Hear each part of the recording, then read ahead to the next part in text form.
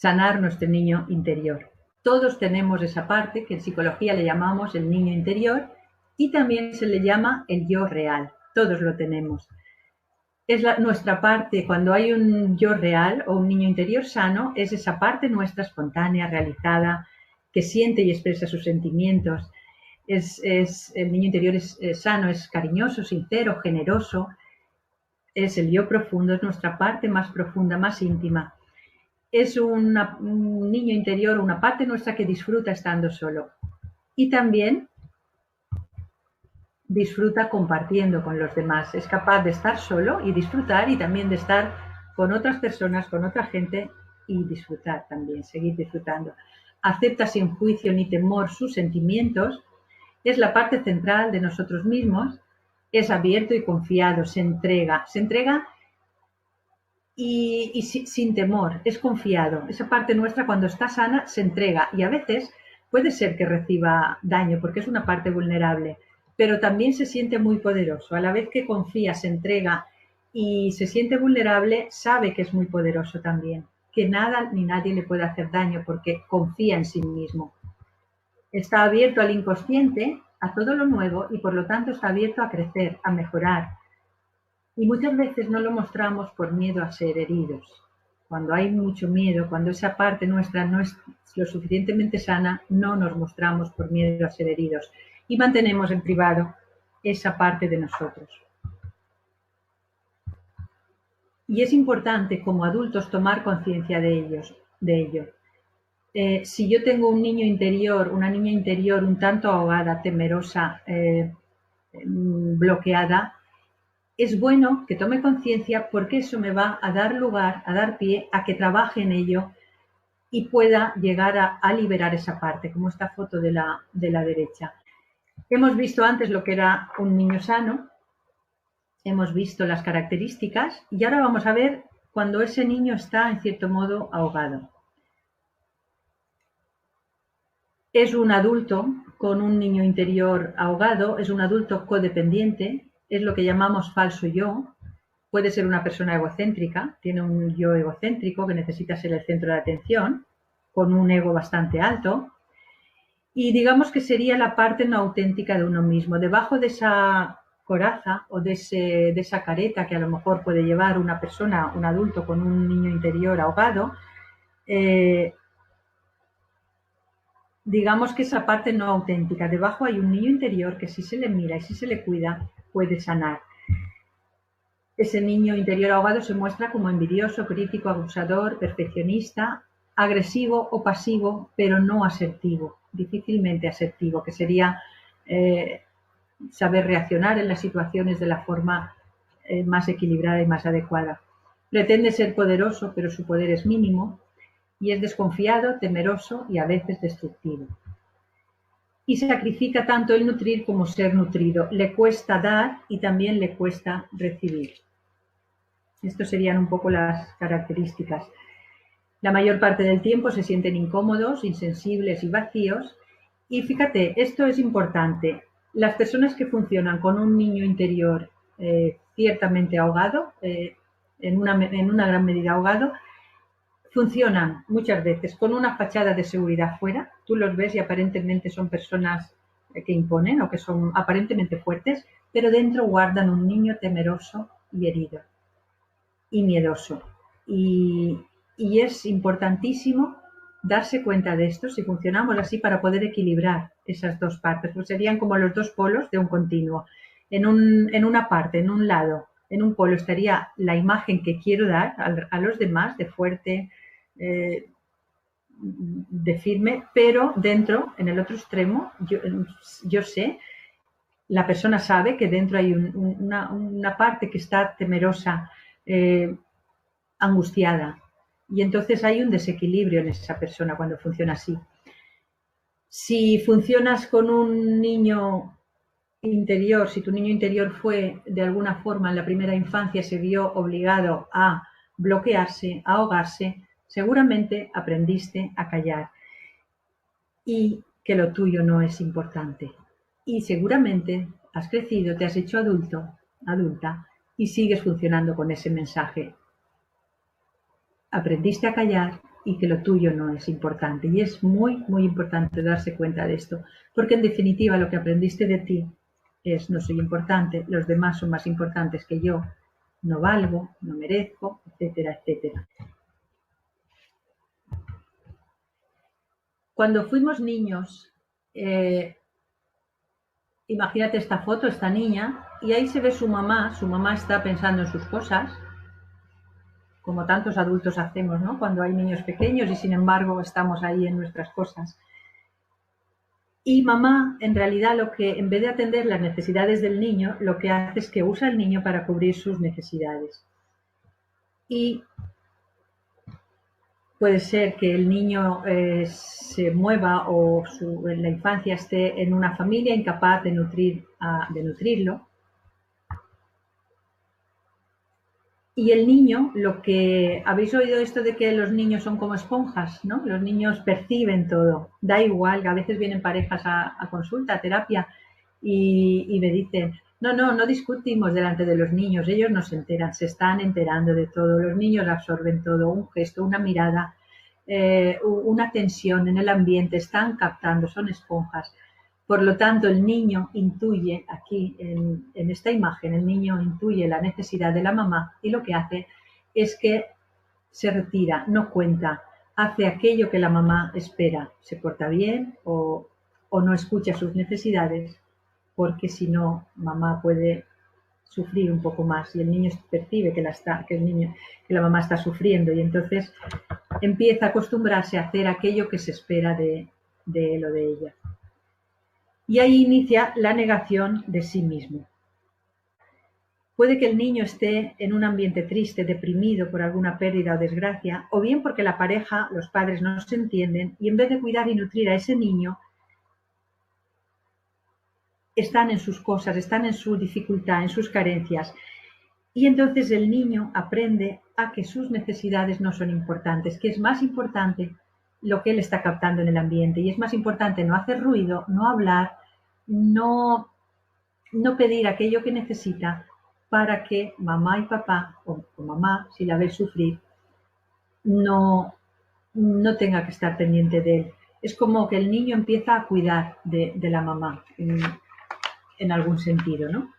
El niño intuye que la mamá está necesitada y entonces empieza a ahogar y negar su verdadero yo o sus necesidades. Y es un precio que pagamos, que paga también de adulto, con un gran sufrimiento mental, emocional y espiritual. A fin de sobrevivir, el niño que no puede desarrollar un fuerte yo verdadero lo compensa desarrollando un yo codependiente, como hemos visto antes, o un falso yo. Y es verdad que cuanto más necesitada y dura sea la situación de los padres, menos se ocuparán de las necesidades de sus hijos. También a veces puede ocurrir que en una familia haya un papá alcohólico, por ejemplo, es un papá que está ausente, que no está para los hijos, y la mamá también con ese problema pues puede estar sumida en los problemas de la pareja y olvidarse o no saber atender las necesidades de los niños. Y el niño entonces va olvidando sus necesidades y cubriendo aquello que él percibe en el ambiente que se necesita, como puede ser pasar desapercibido, olvidarse de sí mismo. Condicionantes paternos asociados, como he dicho, puede ser el alcoholismo, un trastorno mental o desequilibrio, rigidez y autoritarismo en alguno de los progenitores, falta de cariño, abusos en la infancia también. Y muy pronto y conscientemente inicia ese ahogamiento del niño interior. Y aquí podemos hablar también del concepto de traumas en la infancia. Voy a detenerme un poquito, porque cuando hablamos de traumas en la infancia, se puede entender que un trauma es algo puntual, que puede ser, como por ejemplo un abuso, un ataque, un abandono, una pérdida. Esos son traumas puntuales, ¿no?, que ocurren en un momento dado y marcan al niño de por vida. Pero también pueden ser traumas continuados en el tiempo. Por ejemplo, en el caso de un papá alcohólico y una mamá que está más pendiente del papá y de lo que pasa entre ellos que del niño, eso es un trauma para el niño continuado en el tiempo, porque el niño percibe que no hay nadie ahí para él, que los papás están ausentes aunque estén físicamente. Y el niño lo vive como un abandono. Y ahora, de adultos, no es de extrañar, en terapia lo encontramos muy a menudo en consulta, Cuando viene un adulto que aparentemente tiene todo, ha creado su propia familia y sin embargo tiene en su interior una sensación de soledad que no le permite vivir tranquilo y en paz. Y tiene que ver, cuando investigamos en su infancia, con esos traumas, esa sensación de abandono, de quizá haber vivido una situación de un trauma continuado, de una mamá ausente o una mamá con depresión que no estaba ahí todo lo disponible que el niño necesitó. Y eso marca, deja heridas, deja carencias que de adultos vamos arrastrando y que es bueno mirar y sanar. Las dos emociones más potentes y más importantes involucradas en el proceso de ahogamiento del niño interior son, como os decía en el vídeo, la vergüenza y la culpa. Son dos emociones potentes que nos invalidan muchas veces, nos impiden funcionar como adultos que somos. Y ahí están contenidas, seguro. Si hay un niño interior ahogado, seguro hay vergüenza y hay culpa. Y quiero entretenerme un poquito hablando de la vergüenza, porque es más fácil de sanar la culpa que la vergüenza. Hay una culpabilidad sana, podríamos decir, que es la que si he hecho algo mal con alguien, pues me ayuda a pedir disculpas y a responsabilizarme de lo que he hecho. Y en este caso, en el niño interior ahogado, la culpa no es sana, porque en hogares problemáticos las personas, los niños sobre todo, pueden empezar a sentir una culpabilidad persistente que les incapacita en cierto modo psicológica y mentalmente. Digamos que la responsabilidad que vamos adquiriendo, aunque seamos niños, sobre nuestra familia se antepone ante la necesidad que pueda tener el propio niño y eso crea culpa.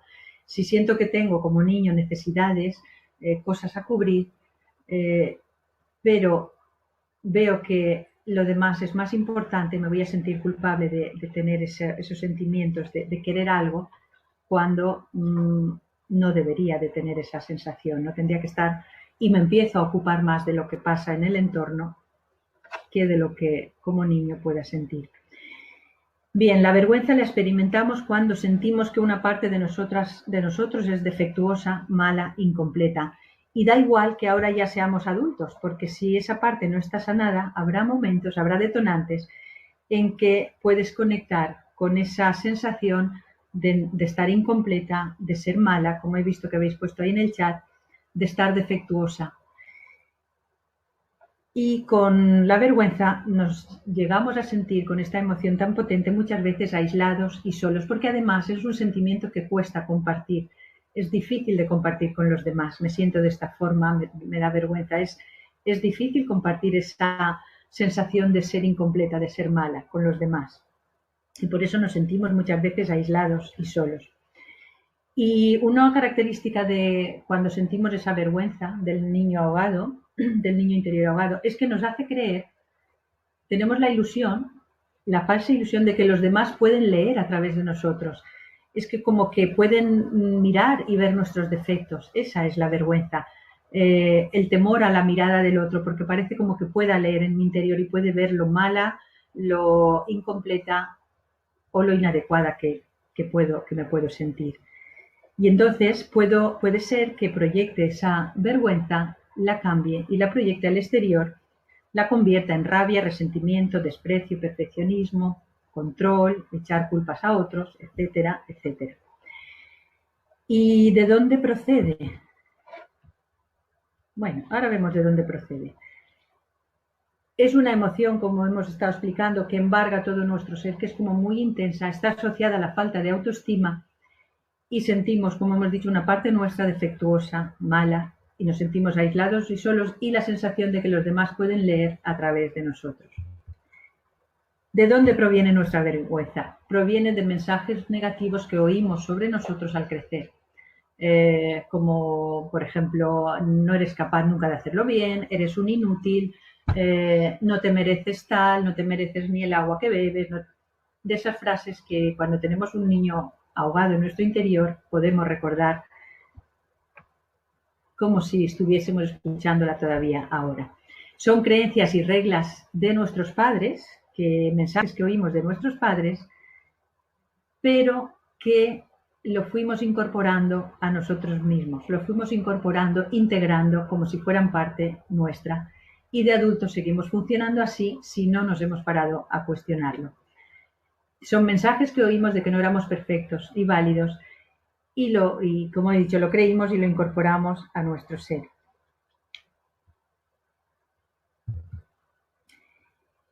La culpa, por otro lado, es un sentimiento también incómodo y doloroso.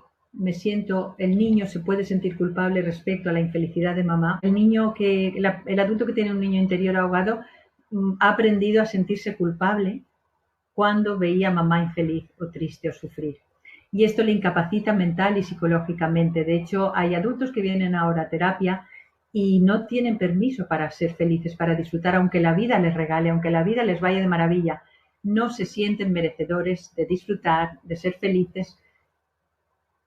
Y eso viene de la imagen del niño de si mamá sufre yo no puedo ser feliz, si mamá no es feliz yo tampoco lo merezco. Y con ese mensaje impide al adulto ocuparse del propio niño interior. Lo primero es descubrir tu yo real, tu niño auténtico. ¿Cómo se hace esto? Empieza a escucharte, empieza a observarte, empieza a escribir qué emociones hay en tu interior y qué necesitas, qué necesidades, qué necesitas para ti. Y empieza a darte permisos. Ese sería el primer paso, descubrir, empezar a mirar tu yo real, nuestro niño interior, identificar nuestras necesidades físicas, emocionales y espirituales. Importante el tercer punto, esto es importantísimo, reexperimentar nuestras pérdidas y traumas no llorados. Esto quiere decir que si hay traumas, si hay heridas profundas, hay que conectar con ellas. No hay otra forma de sanar el niño interior que llorar esas heridas, llorar esos traumas. Y también identificar y actuar contra nuestros problemas íntimos, contra esas emociones íntimas que están, a identificarlas y ver qué necesito para sanar esa parte. Porque cuando reexperimentamos nuestras pérdidas y esos traumas no llorados, somos capaces de darnos permiso para aceptar lo que pasó, aceptar cómo fue y llorarlo. Podemos recuperar al niño inocente que se perdió por el camino. Podemos aceptar lo que le tocó pasar a ese niño y en esa aceptación empieza ya la sanación, empieza la recuperación del niño, porque aceptas las heridas de ese niño interior, pero también aceptas las consecuencias que te ha tocado pagar y en esa aceptación se va sanando y recuperando el niño interior. ¿Cómo descubrimos a nuestro yo real? Atendiendo a nuestro niño interior, practicando, siendo más auténticos, escuchándome, viendo qué necesito para mí. Mira, cuando alguien viene a consulta, sobre todo en el caso de mujeres, me encuentro muy a menudo en consulta que cuando me cuenta su situación en la primera sesión, su problema, y le pregunto, ¿y tú? Me ha hablado de sus hijos, de su pareja, de sus amigos, de sus padres, y le pregunto, ¿y tú? ¿Qué necesitas tú para ti? Y no lo sabe, se queda pensando y me dice, para mí, nunca se ha parado a pensar qué necesita para ella. Siempre muchas mujeres van en función de los demás, del entorno, de lo que necesitan los demás y se olvidan de sí mismas. Y entonces ahí empezamos a indagar, bueno, ¿qué necesitas tú para ti? Y ahí se puede empezar a abrir una luz y empezar a ponerle palabras a eso que la persona está sintiendo y empezar a clarificar y a expresar y a sentirse cada vez la persona más auténtica y empezar a darse permisos para darse eso que necesita para ella misma, para él mismo. Cómo identificar nuestras necesidades físicas, emocionales y espirituales, como os he estado diciendo, y también es importante poder empezar a confiar en personas de mi entorno, en personas en las que pueda confiar y empezar a pedir eso que necesito con ayuda de esas personas en las que puedo confiar. Sentir el apoyo de otra persona es importantísimo para sanar el niño interior. Permitirme llorar mi dolor, permitir al niño interior llorar su dolor, llorar su herida, llorar su trauma, permitirse esa aflicción por nuestras pérdidas no lloradas, permitirlo un tiempo.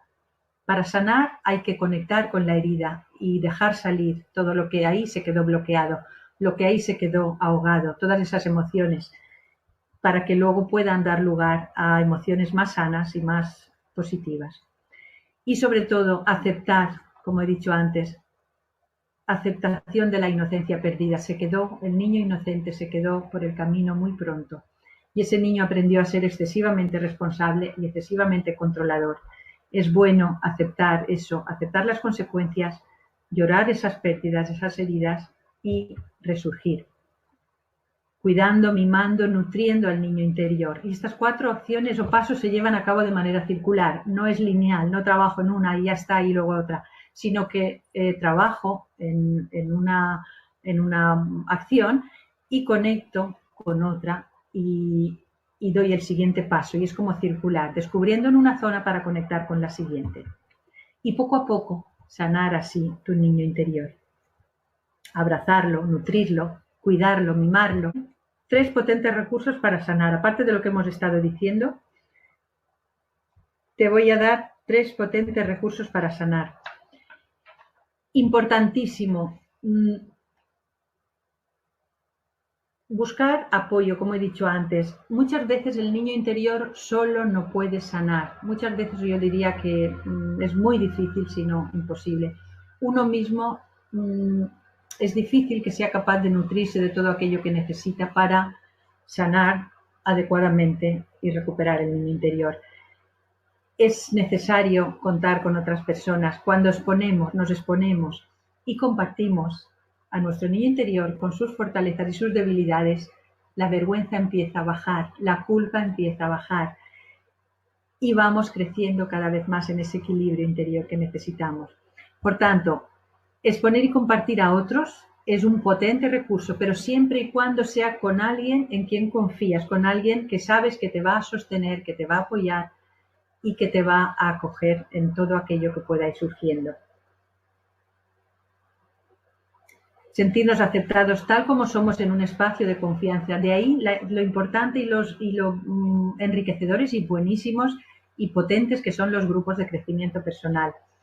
Porque ahí nos sentimos confiados, seguros para exponer aquello que nos duele, aquello que es nuestra herida profunda.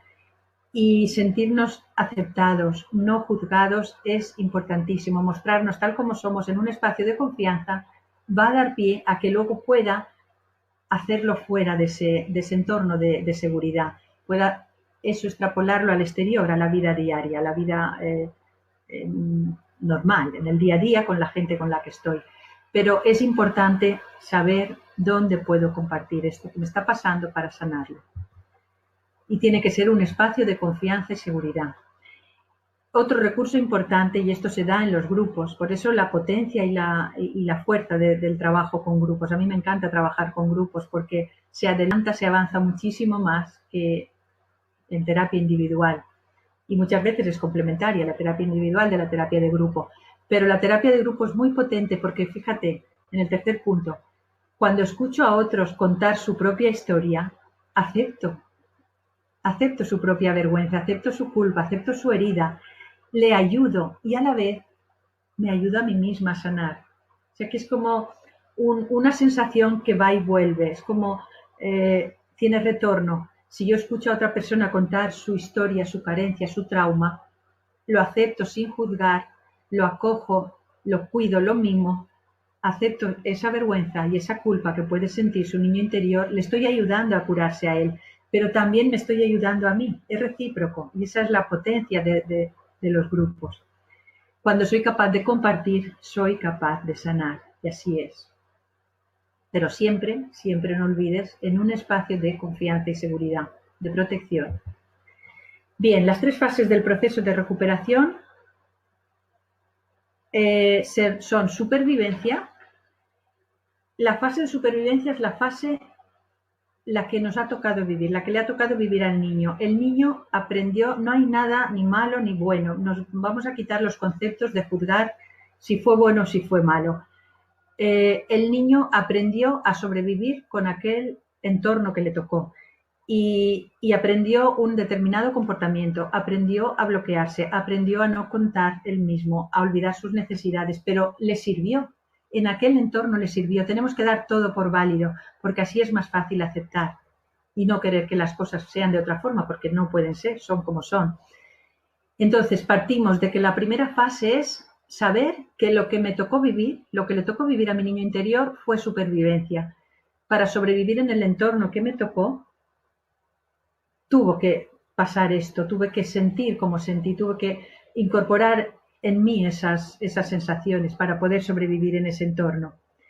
Y bueno, lo acepto, lo tomo como es. La segunda fase es el despertar, la toma de conciencia. El darme cuenta qué me está pasando ahora de adulto con aquello que me tocó vivir. Y que para sobrevivir tuve que incorporar toda esa serie de emociones y vivencias. Ese es el primer paso, darme cuenta de despertar a que eso es lo que hay y ahora como adulto está en mis manos. ¿Qué hago con esto? Ese es el primer paso. El detonante es el primer paso, es la luz. Y entonces es bueno porque empezamos a sentir, empezamos a llorar eso que nos ha dolido tanto tiempo y hemos tenido ahí bloqueado. Y ahí es cuando empezamos a conectar con nuestro verdadero yo. Cuando esto pasa, algunos se retiran. El sufrimiento, quizás la luz es tan grande, la claridad en que algo tienes que hacer es tan grande que algunos se asustan y se retiran y no siguen, perdiendo una oportunidad única. Es verdad que muchos abandonan y en vez de pedir ayuda, lo que hacen es que se quedan en el camino. Y es quizá lo peor que se puede hacer una vez que has visto esa luz que te puede ayudar a salir de ahí. Bien, hemos visto que las fases son supervivencia, reconocer, despertar la conciencia y pedir ayuda, buscar esa ayuda.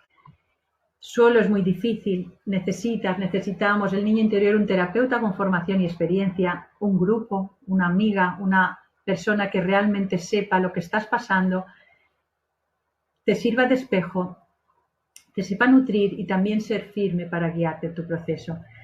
Un terapeuta, una persona que haya sanado su propio niño interior y que te dé seguridad y confianza. Y poco a poco notarás que cada vez eres más auténtica, aprenderás a ser tolerante contigo y con los demás, podrás perdonarte y perdonar, descubrirás tus emociones auténticas, porque bajo de esa culpa y vergüenza que hemos hablado, y miedo y frustración, bajo están las emociones auténticas que están ahí encerradas. Y cuando empezamos a trabajar en ellas, empiezan a aflorar y a expresarse y a sentirte cada vez más tú. Entonces, las fases de nuestra historia serían cómo éramos, reconocer cómo éramos, cómo fuimos, reconocer qué pasó y ver cómo somos ahora y a dónde queremos llegar. Hemos aprendido de nuestro conflicto, porque esa es también una cosa muy en la aceptación, está el aprender de eso que hemos vivido, en darle a eso que hemos vivido tan traumático algo positivo. Mirar el lado positivo, mirar todo lo que aprendes con esas experiencias. Nos hemos liberado del dolor. Cuando hemos pasado por esas fases, hemos sanado nuestro niño interior y hemos salido del papel de víctima para ser el héroe. Cuando empiezas a sanar el niño interior, una de las fases es la de aceptación. Recuerdas que lo veíamos. Cuando tú empiezas a aceptar lo que ha pasado y empiezas a ver el aprendizaje que esa aceptación o que esas circunstancias han tenido para ti. Porque es verdad que somos lo que somos por las vivencias que hemos tenido. Si yo no hubiera tenido las vivencias que he tenido cuando niña, pues posiblemente sería otra persona, no sería esta Fina, sería otra. Las vivencias nos llevan a convertirnos en los adultos que luego somos.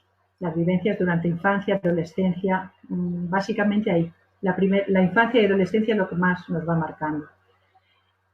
Pero eso tiene que ver, lo que somos ahora es el resultado de aquello. Por lo tanto, cuando entramos en la etapa de aceptación de lo que pasó, porque no lo podemos cambiar, pero sí aceptar, empezamos en la etapa de perdón también, entramos en la etapa del perdón.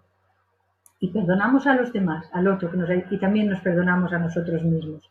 Porque lo que también necesita el niño interior para sanar es perdonarse a uno mismo. Porque durante muchos años este adulto, el adulto que tú eres, o que yo soy, ha tenido a ese niño ahí castigado, juzgado, criticado. Esa voz interior de la que hablaba antes. Y ese niño también está herido por lo que le tocó pasar, pero también porque tiene un adulto que no le deja expresarse. Entonces el perdón es hacia afuera y hacia adentro.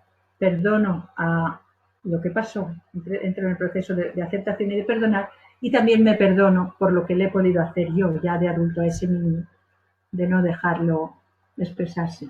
Muchísimas gracias y hasta pronto.